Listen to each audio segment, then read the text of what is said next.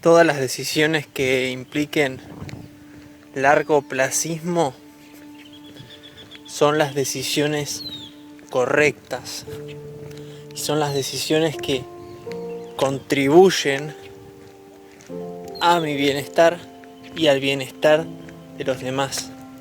Por eso que es muy sencillo cuando se calibra en ese parámetro, cuando se tiene en cuenta que todas tus acciones sean pensando en el largo plazo, en la persona acá a 10 años. Si contribuye a esa persona, es la decisión correcta. Se aclaran estos parámetros y cuando se tiene en cuenta que es de mi beneficio, pero además que el beneficio perdure y que sea algo para los demás, eso es una decisión correcta y es una decisión que va a servir a todos. Por eso que cuando se dice que me sirve o cuando se dice que algo sirve, no estamos hablando de a mi persona nada más. Por eso que es importante hablar en esos términos, en los términos de para quién sirve. Claramente es para todo el mundo. De ahí es que algo sirve o no sirve. Que algo es de carácter individual. Ahí es donde nace una acción. O sea, cuando uno deja de tener en cuenta que va a ser para la esfera individual. Lo que estoy haciendo, cuando deja de ser para mí, o sea, cuando deja de ser algo que es para mi beneficio, para mi persona, cuando todas tus acciones nacen solamente buscando una colaboración, es ahí. Ese momento es cuando va formando la red. Es la red la que siempre está implicada cuando uno está en esa forma de vivir. Se pierde la individualidad, se pierde el pensar en cómo yo lo voy a hacer para mi beneficio, sino que se piensa cómo puedo o qué tengo que hacer para que esto sea posible para todos. Estamos encarcelados o estamos sin saber lo que es la libertad cuando no conocemos o no asumimos la responsabilidad. Y esto está vinculado no a que tomo una responsabilidad porque me la da otro, sino es a toda acción o todo direccionamiento de mi energía hacia algo que no está impuesto por otro. Y en esto se incluyen no solamente, no es una cuestión biológica, sino es algo mental, algo elegido por la misma persona. Y entonces es algo de índole personal pero esto no es para el beneficio que solamente va a ser para mí. Es como si fuera una acción de contribución mundial. Es algo que supera mi esfera, pero que yo estoy tomando mi voluntad para usarla de ese modo. Eso es lo que hace, lo que va construyendo a tu libertad, que no es una cuestión de hago lo que quiero, sino es una cuestión de, con mi voluntad, que yo estoy decidiendo que sí hago lo que quiero con mi voluntad, pero la estoy utilizando para un beneficio para todos. Y esto son acciones que son a largo plazo, siempre una acción a largo plazo, una acción con consecuencias pensadas o no pensadas, pero que van a ser de beneficio a largo plazo, son las verdaderas acciones, lo que son acciones humanas. Es pensar, es como sembrar un árbol y que los frutos no los voy a ver yo. Es sabiendo que no los voy a ver yo, lo hago. Y todas mis acciones así. Se hace como una filosofía de vida. Y lo que realmente contribuye a la humanidad y que contribuye a una mejor vida es lo que es una acción para todos. Y esto es necesario mirarlo no del modo como lo hago por los demás, sino, es decir, salir del creerse que sos el salvador y pensar de un modo totalmente controversial para la persona que cree que una acción es más valiosa si es para los demás. Eso es totalmente retador para quien cree que lo que es para los demás es mejor. Entonces el verdadero actuar viene a ser cuando uno está mirando hacia adentro constantemente. Es como que dedica su atención a mirar hacia adentro, porque ahí es cuando está realmente aportando hacia los demás, cuando está dedicando su tiempo, su energía, su voluntad, su atención, todo está dirigido hacia observar todo lo que pasa dentro de él. Y esto es algo incómodo para cualquiera que comienza en esa forma de vivir. Pasa a ser un estilo de vida, pero es la verdadera acción. Esa es la verdadera acción comunitaria. Me interesa mucho qué es lo que una persona piense en un momento o en otro. Eso cambia en el tiempo y cambia en base a cuestiones sociales. Por eso que no cuenta de qué acción hiciste. Pero lo que sí realmente cuenta es lo que vos estás haciendo interiormente en el momento que un hecho te toca la puerta o que tenés una determinada vivencia. El modo que vos acciones sobre eso, la postura que vos tomes ante la situación,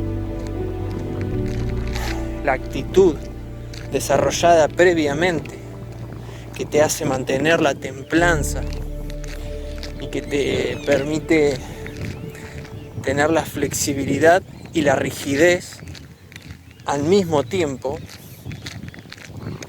para poder tomar la mejor decisión en ese momento y de ahí sacar el aprendizaje.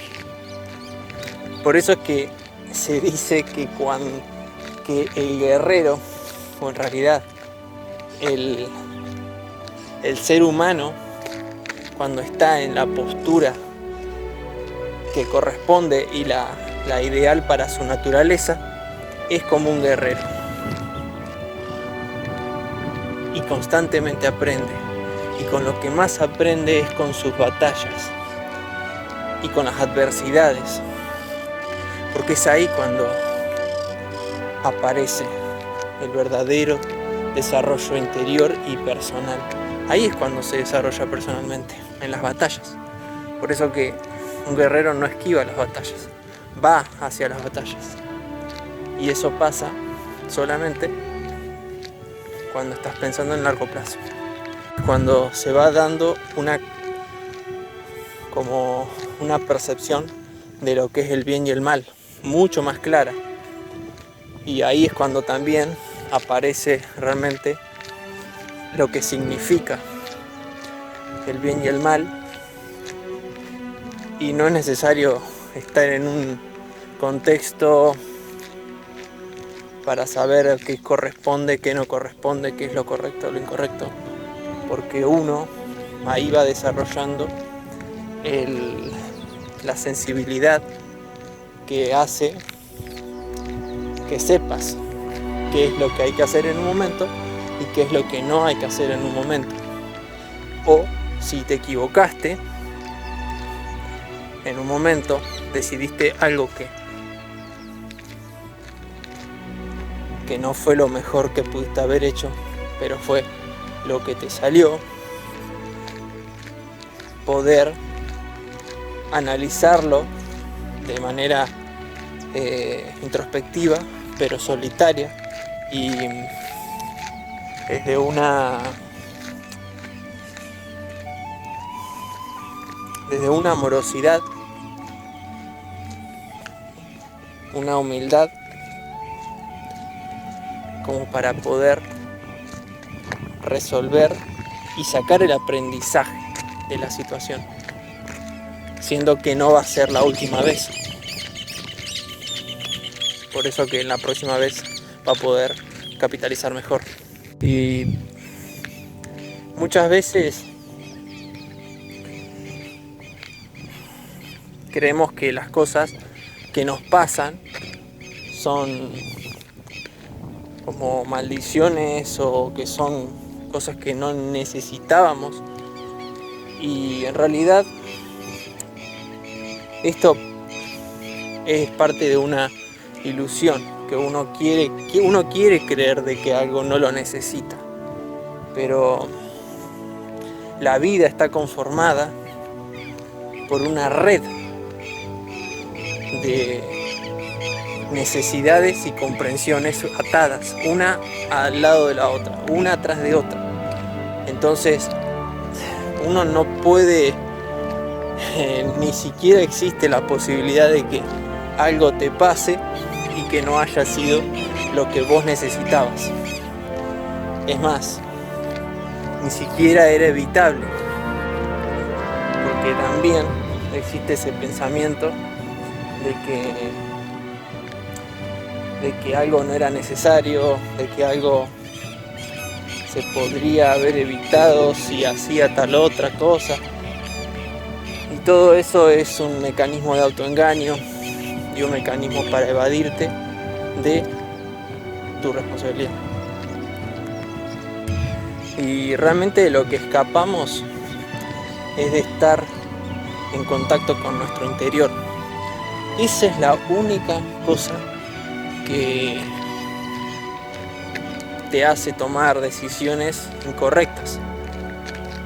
De ahí es donde nace una decisión incorrecta, cuando estamos viendo cómo esquivar nuestro y direccionar nuestra atención hacia afuera, que es usando nuestros sentidos como modo de distorsión. porque los sentidos no están hechos para eso. Son justamente una herramienta propia de nuestro cuerpo, de la parte animal, pero no es una herramienta para decir, en base a lo que mis sentidos digan, voy a decidir qué hacer. Ahí es cuando se toman decisiones incorrectas. A veces lo que estamos pensando es que va a tener algún beneficio el no hacer, el no estar en esa situación incómoda, porque es justamente lo que provoca una incomodidad, el hecho de estar mirando hacia adentro.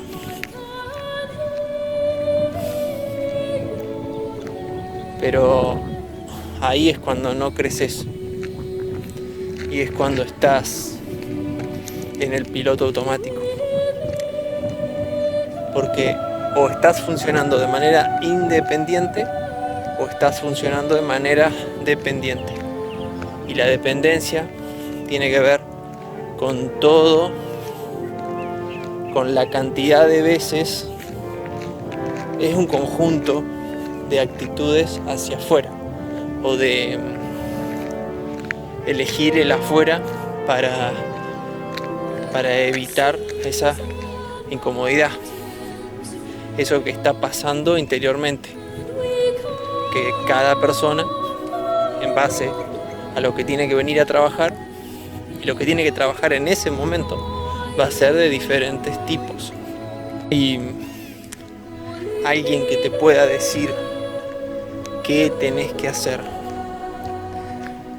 y ahí es donde radica el autoconocimiento. El autoconocimiento significa que conectes con tu interior tantas veces, pero tantas veces, que ya sea tu único lugar de vivir.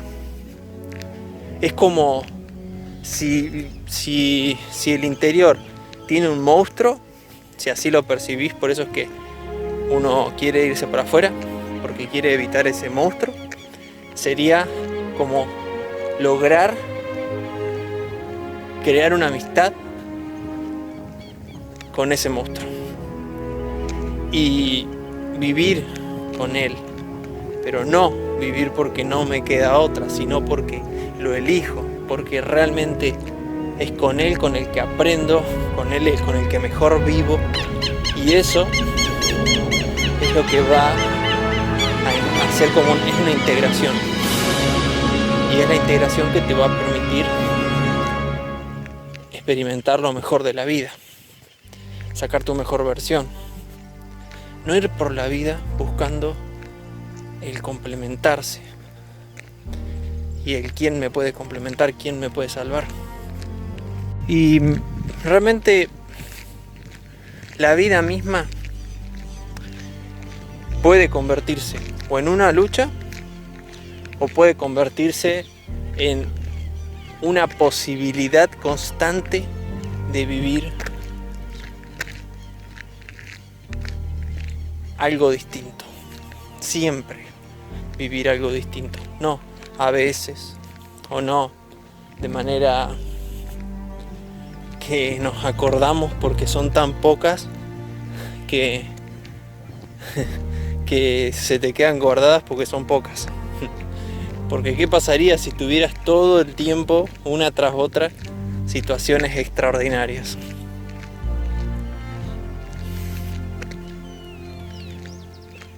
Cambiaría totalmente tu uso de la memoria, porque si no, no podrías recordarte todo eso. Y además, eso viene acompañado de un cambio de forma de vivir. Porque una persona que vive extraordinariamente no está constantemente fijándose qué le va a pasar, ni a quién se lo va a contar. Vive una vida independiente. Y eso tiene que ver con que está constantemente mirando hacia adentro, siendo eso que está pasando adentro algo que solamente vive en él, que solamente él lo está experimentando y él se está enriqueciendo con eso, pero está enriqueciendo a todo el mundo con eso, porque es una mejor persona por asumir eso que le está pasando. La libertad está vinculada con la responsabilidad. Se podría decir que la vida del ser humano es una moneda que tiene de un lado la libertad y del otro lado la responsabilidad. ¿Y de qué es responsable? De su propia existencia, del poder que tiene en sus manos, que es el elegir cómo vivir cada momento, cómo utilizar su energía. Y la autenticidad, la creatividad, las virtudes que tiene el ser humano se expanden cuando ella va trabajando por elección personal, va trabajando su responsabilidad, va asumiendo más responsabilidades, pero no desde como me van empujando a ser más responsable, sino desde quiero ser más responsable, quiero que me den más responsabilidades. Es como una actitud hacia quiero más de lo que me ponga a mí en una situación extrema. Y esto va forjando un carácter. No es que va haciéndose la persona cada vez más temerosa a las situaciones. Eso sería el caso opuesto. Eso sería generar un no carácter. ¿Por qué? Porque es más inestable la persona emocionalmente, a más esquiva lo que es ponerle responsabilidades encima. Pero esto tiene una relación. Es que uno es responsable y porque naturalmente el ser humano es eso. El ser humano es propiamente un capitán. Así nace. Es su rol óptimo o su rol natural. Es porque el ser humano es el capitán de su propio cuerpo, de su propia existencia. Y si no asume ese rol, si no se ejercita en dirección a más ser ese ideal, por ejemplo, decir que es alguien que es un capitán que elige ser capitán, eso, asumir su rol. Si no va en esa dirección, cada vez se está autolimitando. Y ahí viene la relación con el no confiar en sí mismo. Porque es él el que cuando tiene que asumir una responsabilidad le saca el cuerpo. O busca la manera de que alguien lo cubra. O con cubrir me refiero a que o una persona le haga algo que él tiene que hacer y que le correspondería para su conformación personal, su desarrollo, o si no, con excusas, que eso es lo más típico, el hecho de que uno utiliza una autoexplicación o una autojustificación, ya sea para él y como para los demás, para dárselos como si fueran que los demás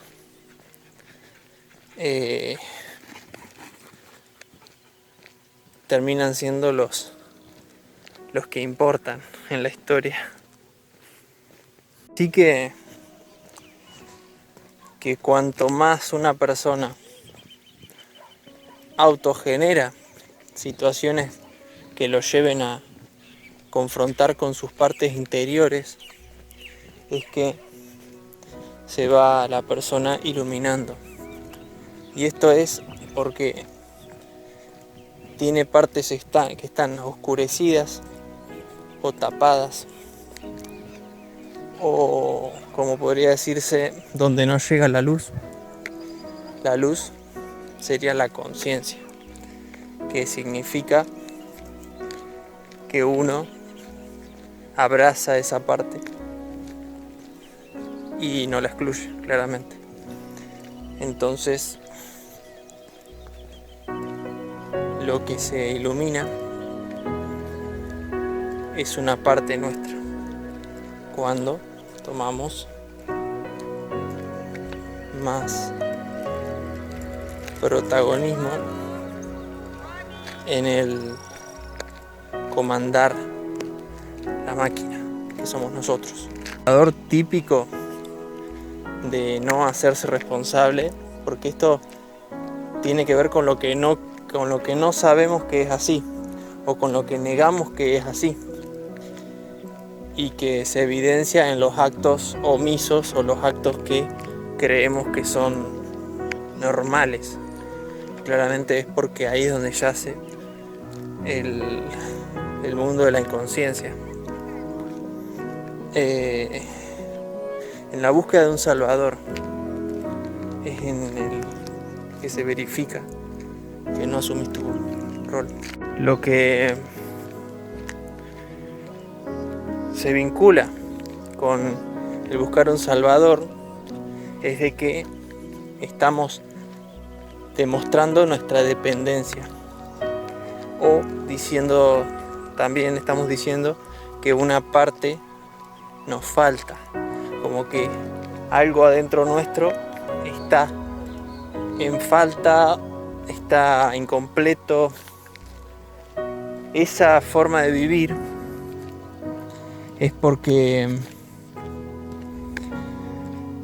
tenemos una parte demasiado grande que está en la sombra o que está no iluminada y que nos hace autopercibirnos así, nos hace percibir la realidad como si hubiera una falta de algo. De ahí es donde se vincula el vivir en la escasez o en la creencia de que nos va a faltar algo, en la supervivencia, esa supervivencia creada por la imaginación. Y eso nos hace buscar un salvador afuera.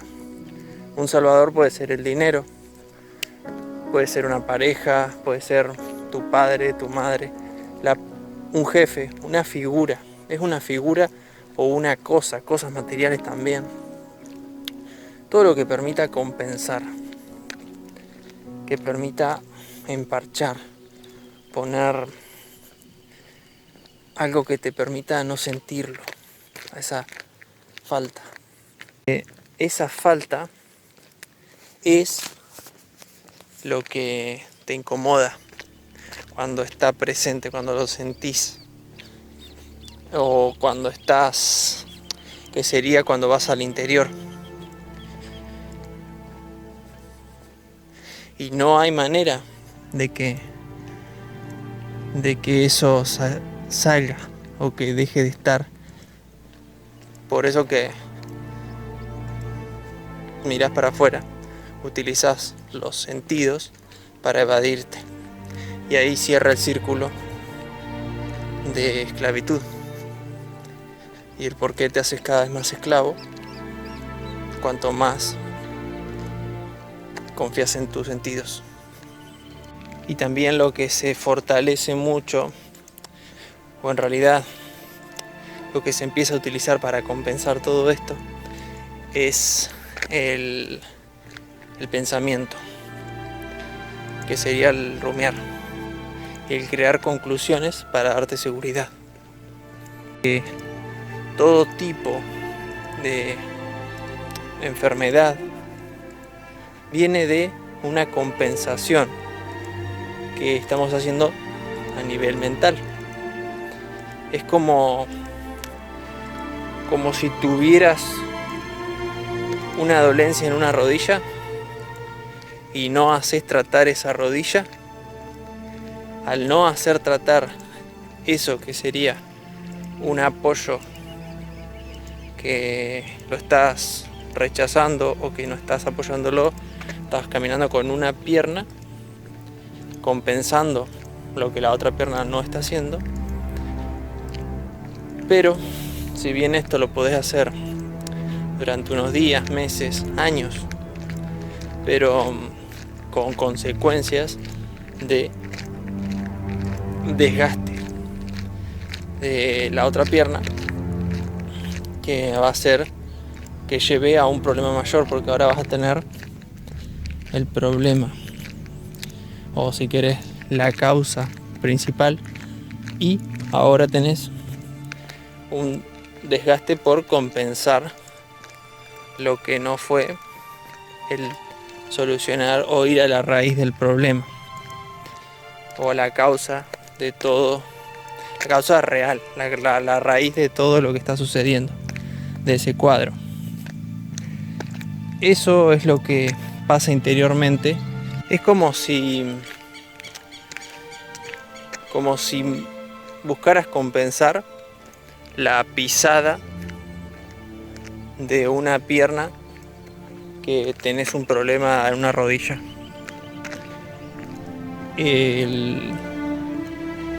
Hay una causa que es la rodilla que está con una dolencia, que es lo más palpable por vos, pero en lugar de tratar sobre esa causa, ir más adentro sobre lo que lleva a que esa rodilla esté así, vos decidís mirar para otro lado y compensar con la otra pierna lo que no está haciendo por no apoyar la pierna bien, la que tenés mal. Esta misma lógica o manera de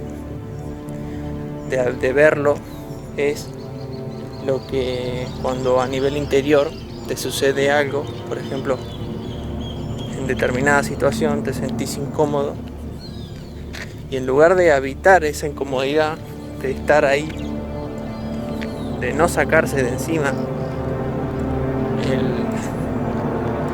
lo que se siente, mirando para afuera, bueno, eso sería compensar, mirar para afuera, buscar el modo, el parche, el modo de evasión o el modo para dejar de sentir lo que se siente, y hace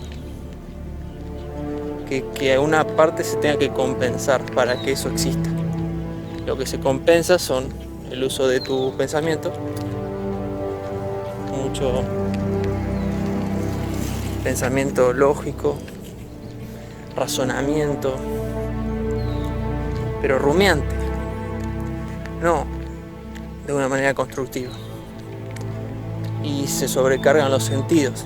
Por eso es que los sentidos son los primeros afectados. Cuando se hace un hábito de eso, porque ahí es donde entra el piloto automático. Cuando uno se habitúa, se acostumbra a sacarse el lazo siempre de encima, es uno de los peores hábitos, y en realidad todo hábito es malo en sí mismo, y los hábitos vienen a ser la formación de patrones. Son lo que sería una construcción de patrones, son una cárcel. Cada patrón es un barrote, por decirlo así.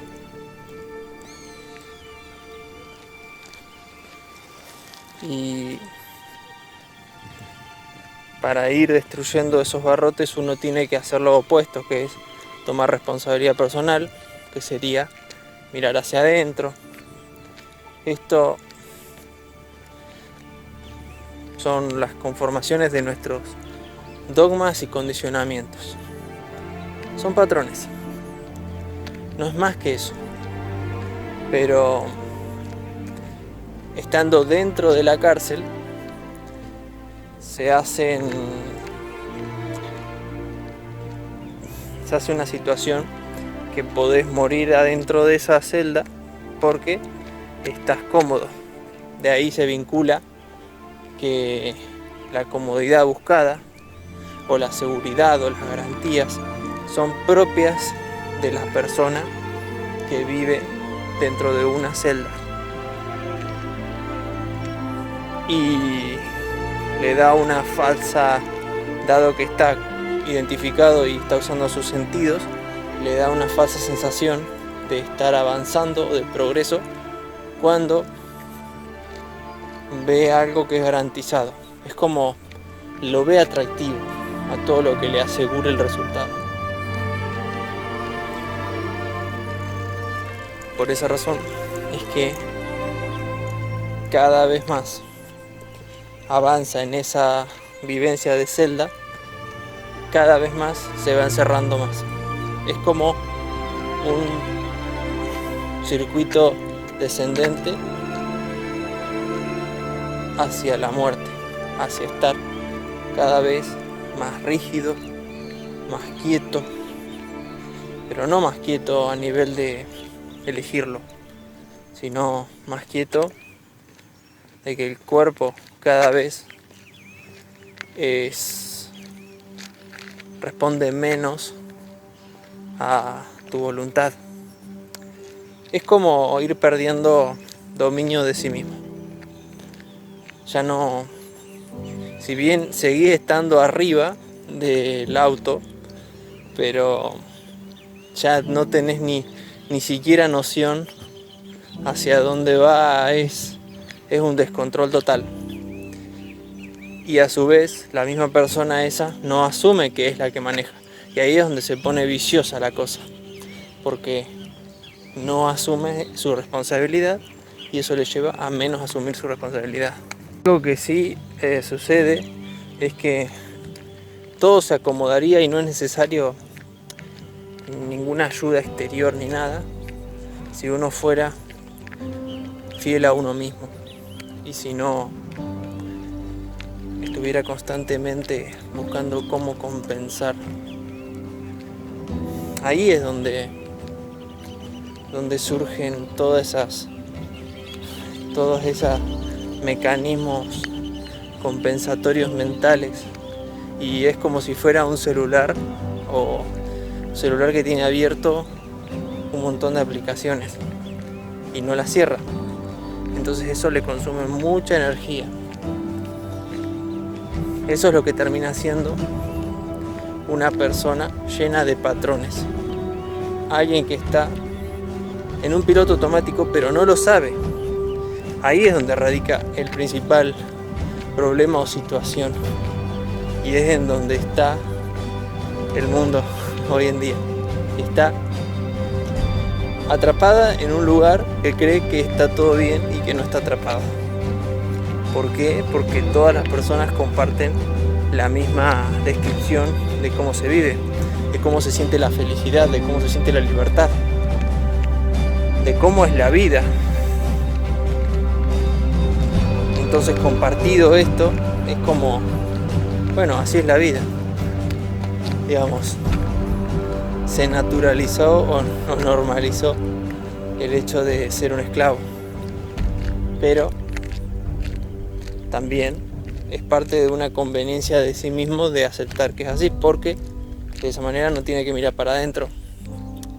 Es como un acuerdo social para ser todos esclavos, pero al nadie ser no esclavo, estamos todos mal, pero no tan mal. O estamos bien, pero medio bien. Y que de paso, ver a una persona que es libre, a esa persona le molesta. Porque es como si no participara de la miseria. Es como si como si ser libre fuera una anormalidad o fuera algo incoherente. Y claramente es incoherente con todo un montón de personas que creen que lo normal es ser esclavo. Esclavo es de lo que vos más temés. Va a variar en base a la persona y en base a lo que la persona cree que le falta o que cree que es en lo que es incompleta. Entonces, si se cree que es incompleta en un aspecto, que ese aspecto se va a manifestar, por ejemplo, en la búsqueda de una pareja, con la pareja va a rellenar ese aspecto. Y así con el dinero, con un trabajo, con un jefe, con un gobierno que le salve, con una ideología política, con una forma de ver algo, con lo que sea. El buscar grupos que te comprendan, el buscar dónde pertenecer, es parte de los mecanismos que tiene una persona que se siente incompleta de algo y que busca la seguridad.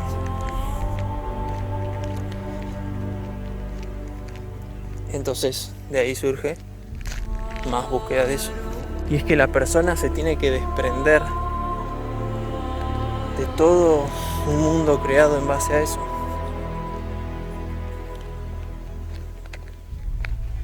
De ahí que dejarlo le implica un duelo, un gran dolor. Todo depende de cuánto haya creado alrededor de eso. Y lo que menos le cuesta dejarlo es lo que claramente no tiene ningún problema. O no se siente incompleto en eso. Y entonces esta parte que se siente incompleta, en algunas personas algunas personas van a sentirse en un aspecto y otras van a sentirse en otro aspecto. No significa que uno está mejor que la otra ni que una está más avanzada que la otra. En la única cosa que sí alguien está más avanzado que otro es en cuánto tardó en darse vuelta, en cambiar el switch, en patear para el lado de la responsabilidad, de mirar hacia adentro. Y en este sentido es donde se marcan las diferencias entre las personas, porque